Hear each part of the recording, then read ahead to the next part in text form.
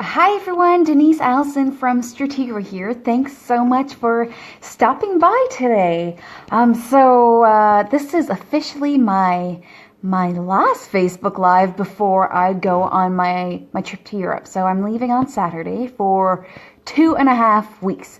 So yes, that's right. This social media content machine is going on vacation, and I'm leaving everything up to my assistant Tulo for the weeks that I'm gone. Can you see him there?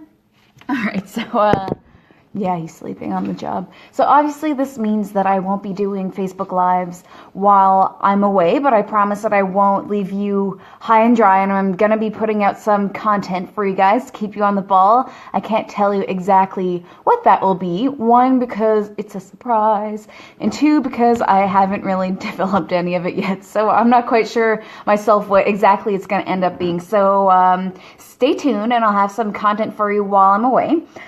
So definitely don't ignore me for 2 weeks. I'll be on vacation, but there will still be things coming out on my page. So before I get started, I just want to say it always tells me how many people are watching me live, but it doesn't tell me who. So if you're here live, say hi in the comments, say who's here, and I'll know who's watching me, because I always like, who is it that's watching me? Right now it says 3. I have no idea who it is, so just let me know who it is right in the comments, and I'll see it, and hopefully can say hi back to you. So anyway, our topic for the day is why social media is a bad place for selling.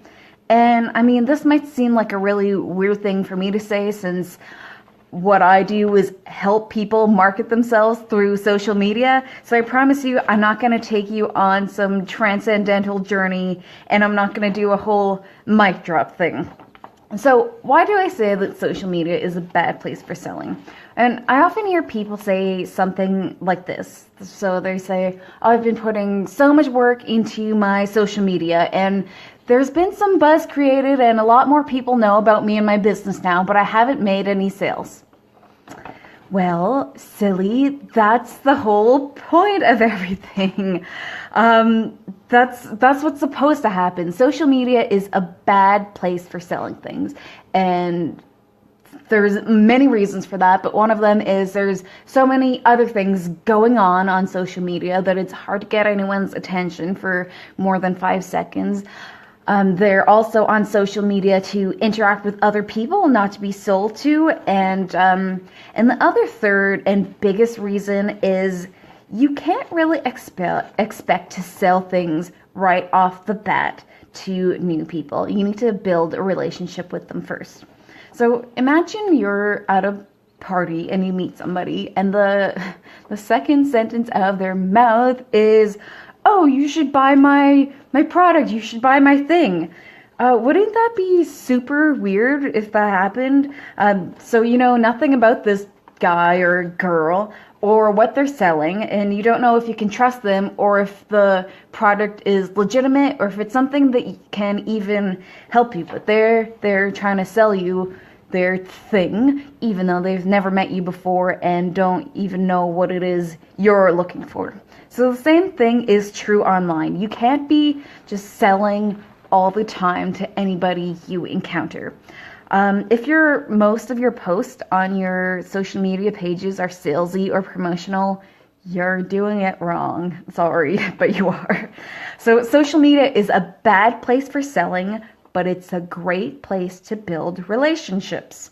So you need to earn the right to sell your products and services online. So you need to give your audience, or your potential audience, a reason to want to follow you in the first place. They're not going to follow you if all you do is try to sell to them, because we don't, as humans, don't want to be sold to all the time. It gets pretty annoying.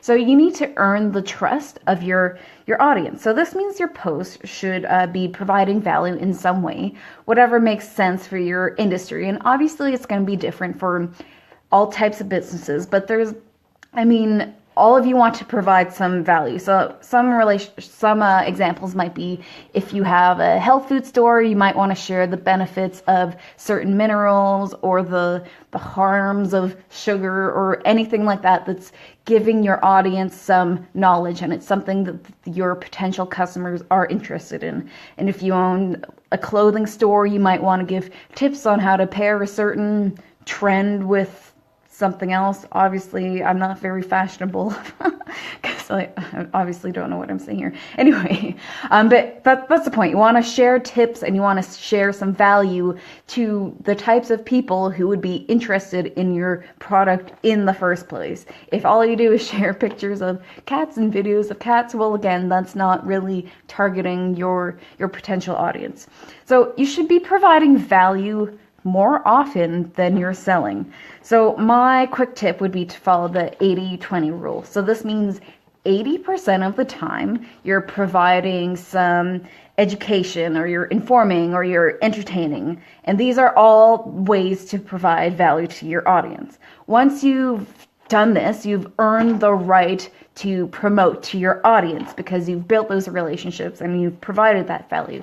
So if, say, you're posting online 5 times a week, then that translates into 1 promotional post a week. So 1 out of 5, 20%, right? So how do you make those sales then? What's the point if you can't sell online? Well, the important thing is you need to keep at it. So people buy from people they know, like, and trust. Yes, I sound like a broken record because I say this every single week, but it's true. You're not going to buy from that random sketchy guy at the party that you don't know, because you don't know anything about him, if you can trust him, or if the product or service he's offering is even the right thing for you. You need, as the customer, you're going to give it time to figure out if that's the right fit, and that's the same thing your customers are going to do. So you need to build that like, know, and trust factor. So if you consistently provide value to your audience, your potential customers are organically going to want to do business with you. So if you build those relationships, it's easier to make those sales than if you just start selling right off the bat and all you ever do is sell.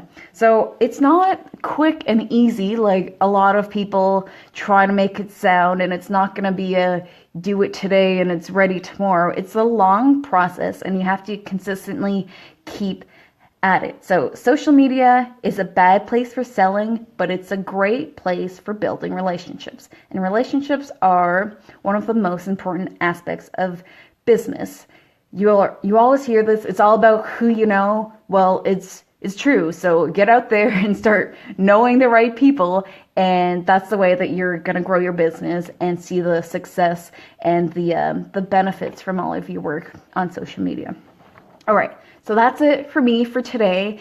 And so, like I said, this is my last Facebook Live before I head out for vacation, but I'm hoping to still share some things with you on my Facebook page while I'm gone. So don't expect tons from me in the next few weeks, because I'll be away relaxing and coming up with some new ideas for everybody in the coming few months, and also relaxing my brain a bit. So thanks for watching today, and have a great day, and I'll see you in a few weeks. Bye.